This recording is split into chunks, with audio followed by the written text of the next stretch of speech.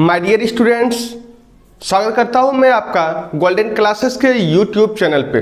मैं कमल सर आज आप लोगों को बायोलॉजी में ये बताने जा रहा हूं कि बायोलॉजी को पढ़ें कैसे। चूंकि सबको लगता है कि बायोलॉजी रटने वाली चीज है।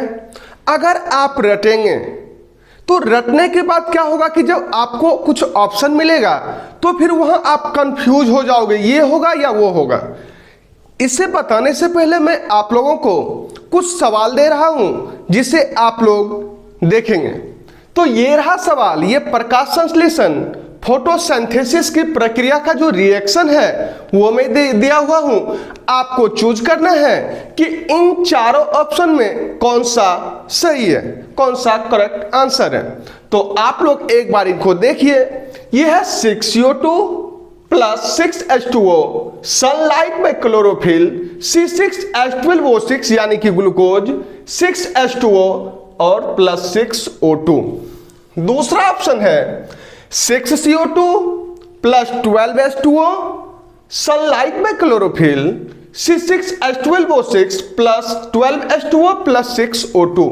तीसरा ऑप्शन है आपके पास 12CO2 प्लस 6H2O, सनलाइट में chlorophyll, C6H12O6 plus 6H2O plus 6O2।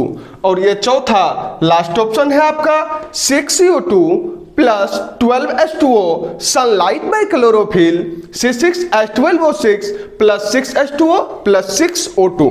तो अब आप लोगों को इसमें से करेक्ट आंसर को चूज करना है।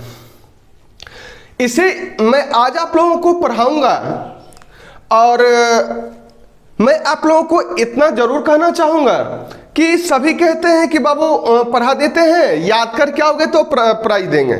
और मैं हमेशा क्लास में कहता हूं कि मैं पढ़ा दे रहा हूं, आप अच्छे से एक बार सिर्फ पढ़ लो, भूल जाओगे तो प्राइज दूंगा। मैंने ऐसा क्यों कहा? मैं इसे अभी पढ़ाऊंगा आपको, फिर पता चलेगा। क्योंकि पढ़ते सभी हैं लेकिन एग्जाम में, कंपटीशन के एग्जाम में खास करके सबकी तो नहीं हो पाती है ना। वजह यही होता है कंफ्यूजन।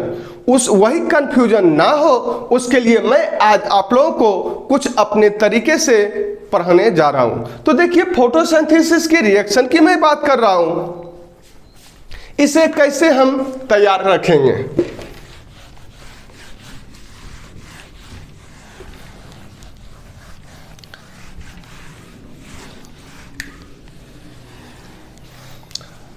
हाँ तो बाबू शुरू कर रहे हैं प्रकाश संश्लेषण यानी फोटोसिंथेसिस का रिएक्शन और डेफिनेशन कैसे आप बिना रटे तैयार कर सकते हैं। तो चलिए चलते हैं।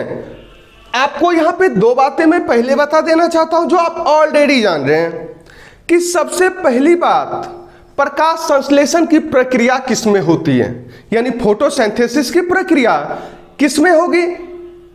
ऑब्वियसली है कि सबको पता है कि प्लांट्स में होता है, खास करके ग्रीन प्लांट्स में फोटोसिंथेसिस की प्रक्रिया को हम लोग जानते हैं। लेकिन अब दूसरा बात है कि ये प्लांट्स में ही क्यों होते हैं। कुछ तो उसके पास ऐसी खासियत होगी, कुछ तो उसके पास तो ऐसी चीजें होंगी जिसके कारण वह प्रकाश संश्लेषण की प्रक्रिया को कर सकता है। तो उसका नाम है, उसमें एक पिगमेंट होती है और उस पिगमेंट का नाम है क्लोरोफिल, जो प्लास्टिड में होते हैं, जो मैं आप लोगों को सेल में पढ़ाऊंगा। तो यहां पे देखिए, आपको याद कैसे करना है अब बिल्कुल शुरुआत से मैं आपको कराने जा रहा हूं। तो सबसे पहले आप ये सोचो कि सबसे ज्यादा जरूरी क्या है हमारे लिए। जिंदा रहना।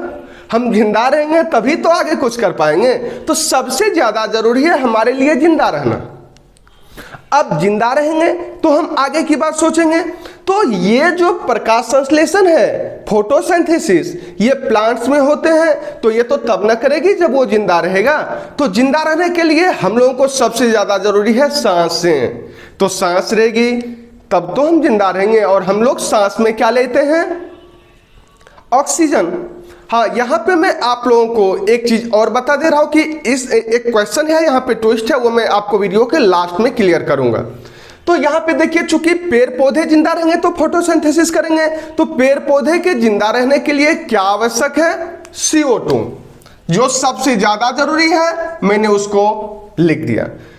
तो CO2 लिखने के बाद दूसरा सबसे ज्यादा महत्वपूर्ण चीज है पानी, वाटर। इसको आप ऐसे समझिए, यहां पे एक और ऑब्जेक्टिव आ रहा है कि ह्यूमन बॉडी में टोटल पानी की मात्रा कितनी होती है? 65 to 70%, यानी 65 से 70% पानी ही है हमारी बॉडी में, और प्लांट्स में भी मोर देन 70 to 75% वाटर ही है। तो यहां पे देखिए दूसरा सबसे महत्वपूर्ण चीज हो गया बाबू वाटर। मैंने वाटर को लिख दिया। अब है कि आखिर ये फोटोसिंथेसिस की प्रक्रिया क्यों कर रही थी? तो भोजन बनाने के लिए, और भोजन होता है ग्लूकोज। तो आप यहां ग्लूकोज लिख दीजिए, C6H12O6, ये ग्लूकोज हो गया, C6H12O6 ग्लूकोज। यहां मैं ग्लूकोज लिख दे रहा हूं, ग्लूकोज। उसके बाद है बाबू, अब कंप्लीट ये तो रिएक्शन नहीं हुआ ना, अब इस रिएक्शन को हम और कंप्लीट कैसे करें? तो देखिए, अब आप लोगों को मैं अलग तरीके से बता रहा हूं। आप लोग खाना तो जरूर बनाते होंगे, तो आपको मैं चावल बनाने बता रहा हूं। हंडी में बनाना है, कुकर में नहीं बनाना है। तो चावल जो है हंडी में बनाना है ताकि मार भी बच सके, ठीक है। तो यहां देखिए, आपको 6 गिलास चावल, आपको यह याद रखना है कि 6 गिलास चावल बनाना है, सिर्फ 6, एक पॉइंट याद रखना है। तो यहां 6 गिलास अगर हम चावल डाले हुए हैं, तो हंडी में बना रहे तो उसमें पानी दुगुना डालेंगे। चलिए 12 गिलास पानी डाल दिए। अब 6 गिलास चावल डाले तो 12 गिलास पानी डाले हैं, 6 गिलास चावल 12 गिलास पानी। अब इसको जब चावल और पानी को हंडी में डाल दिए हैं, तो अब उस हंडी को गैस सिलेंडर पे रखेंगे, और गैस सिलेंडर क्या देता है? हीट। तो ये हीट जो है उष्मा पेड़ पौधे को कौन देता है? आपको पता है, सनलाइट। तो अब यहां पे लिख दीजिए सनलाइट, सनलाइट लिख दिए। अब यहां पे एक चीज और समझिए कि गैस सिलेंडर पे रख दिए तो क्या वो बन जाएगी? नहीं, अब उसे जलाना पड़ता है, नहीं लाइटर की आवश्यकता होगी। और थोड़ी देर पहले मैं आपको बताया हूं उसमें एक पिगमेंट होती है क्लोरोफिल। तो यहां आप लाइटर को क्लोरोफिल से जोड़ दीजिए। तो यहां लिख दीजिए क्लोरोफिल। अब देखिए, यानी 6 गिलास चावल डाले, 12 गिलास पानी डाले, गैस सिलेंडर यानी सनलाइट, लाइटर यानी क्लोरोफिल, और ये आपका भात बन गया। अब देखिए, जब आपका भात बन गया तो अब इसे क्या करेंगे? चूंकि हंडी में बनाए हैं तो पसाएंगे, तो मार बचेगा। देखिए, जितना पानी डाले थे उसका आधा मार बचेगा। देखो बाबू, तो अब यहां पे मार 6H2O बच गया, प्लस जितना सांस लेते हैं उतना ही छोड़ते हैं, यानी जितना हम लेंगे उतना ही सांस छोड़ेंगे, सिर्फ फॉर्म चेंज हो जाता है। यहां 6CO2 लिए थे, यहां पे 6O2 रिलीज होगा, यानी 6O2। ओके, देखो बाबू, अब आपका यानी 6 गिलास चावल डाले, 12 गिलास पानी डाले, गैस सिलेंडर यानी सनलाइट, लाइटर यानी क्लोरोफिल, और ये आपका भात यानी ग्लूकोज हो गया। और ये जो इतना पानी डाले थे उसका आधा मर बच गया, जितना सांस लिए थे उतना ही फॉर्म बदल करके चेंज हुआ। ये आपका रिएक्शन तैयार हो गया। इस तरीके से अब जो मैं शुरू में आपको ऑप्शन दिया हुआ था उससे मैच कीजिए। क्या कोई कंफ्यूजन रहेगी? आप आराम से टिक कर सकते हैं। हाँ, और मैं आपको शुरुआत में एक ट्विस्ट वाली जो बात किया था उसका अब आंसर दे रहा हूं। वहां यहां पे देखिए, अक्सर मैं जब ये चैप्टर शुरू करता हूं तो पूछता हूं, बाबू ये बात बताओ, क्या पेड़ पौधे श्वसन करते हैं, यानी रेस्पिरेशन उनमें होती है क्या? तो बोलते हैं कि हाँ सर होती है, जो कि बिल्कुल सही है, होती है। उसके बाद जब मैं पूछता हूं कि बाबू कौन सा गैस लेता है रेस्पिरेशन में पेड़ पौधे, तो कहता है मैक्सिमम, सारे नहीं मैक्सिमम बोलते हैं, CO2, जो कि 100% गलत है।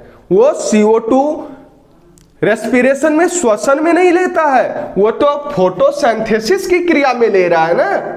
श्वसन में पेड़ पौधे भी, रेस्पिरेशन में प्लांट्स भी ऑक्सीजन ही लेता है। यही मैं बताने जा रहा था। तो यहां पे ये फोटोसिंथेसिस है, फोटोसिंथेसिस में यानी प्रकाश संश्लेषण में CO2 ले रहा है, ठीक है, और रेस्पिरेशन में नहीं। हाँ, तो यहां तक तो आपने देखा कि ये रिएक्शन याद हो गया। बहुत सारे बच्चे बोलेंगे सर रिएक्शन तो आपने याद करवा दिया, लेकिन डेफिनेशन कैसे होगा?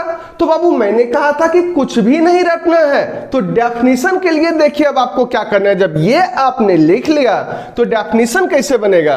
देखो बाबू, ये हो गया आपको कार्बन डाइऑक्साइड, ये water, sunlight, chlorophyll, glucose, water और ऑक्सीजन। तो यहां पे अब इसको डिफाइन करने के लिए कहीं से भी आप शुरू कर सकते हैं, कहीं से भी शुरू कीजिए।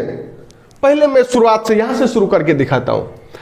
कार्बन डाइऑक्साइड एवं जल सूर्य की प्रकाश एवं क्लोरोफिल की मौजूदगी में ग्लूकोज का निर्माण करता है तथा वाटर एवं ऑक्सीजन को रिलीज करता है। यह प्रक्रिया प्रकाश संश्लेषण कहलाती है।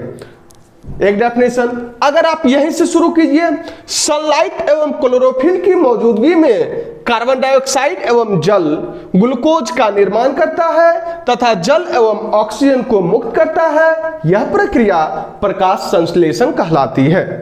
ठीक है, तो due to presence of sunlight and chlorophyll, carbon dioxide and water, formation of glucose and release them H2O and oxygen. This process is called photosynthesis. ठीक है, तो इस प्रकार ना तो आप लोगों को रिएक्शन रटने की जरूरत पड़ेगी और ना ही डेफिनेशन। तो डेफिनेशन भी आपको बिना रटे आप बहुत अच्छे से बिल्कुल सटीक, जिसे आप किसी को समझा भी सकते कि नहीं यही होगा, क्योंकि यह प्रक्रिया आपको बिल्कुल कॉन्सेप्ट के तहत आपको क्लियर हो रहा है। तो इस टाइप के क्वेश्चन आपको ऑब्जेक्टिव में पूछे जाते हैं, अब आपको बड़ी आसानी से बन पाएगी।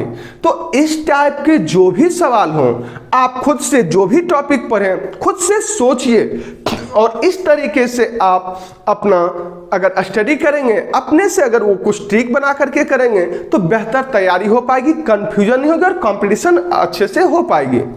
और इस टाइप के आप लोगों को और भी बहुत सारा ट्रिक्स में प्रत्येक चैप्टर में भी और अलग से भी बताऊंगा।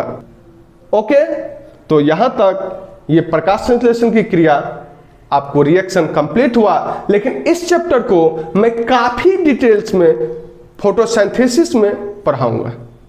Okay, thank you.